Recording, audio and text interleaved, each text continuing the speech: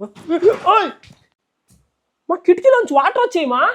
Welcome back to another video. మనమైతే చేతికున్న కట్టు తీసేసి కుడి చేతికి వాచ్ పెట్టేసాం అనమాట. ఎడం చేతికి వాచ్ పెడుతుంటే దెబ్బడుతుంది. ఆ కట్టు కట్టిన ప్రతిసారి మన అయితే అందరు జాలీగా చూస్తున్నారు. అందుకైతే మనం అయితే కట్టు తీసేసాము. ఈ రోజు నేను, మమ్మీ, బేబమ్మ బెంగళూరుకి అయితే వెళ్ళబోతున్నమాట. బెంగళూరు అని స్టైల్ గా చెప్తారు, మనం అయితే బెంగళూరు అంటాం అనమాట. దేనికంటే హనీ పాపని కలవడానికి. అండ్ హనీకి తెలియదు మనం వస్తున్నాం అక్కడికి.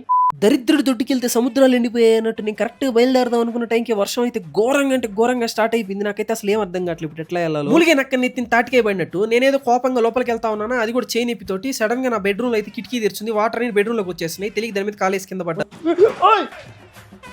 మా కిటికీలోంచి వాటర్ వచ్చాయి మా.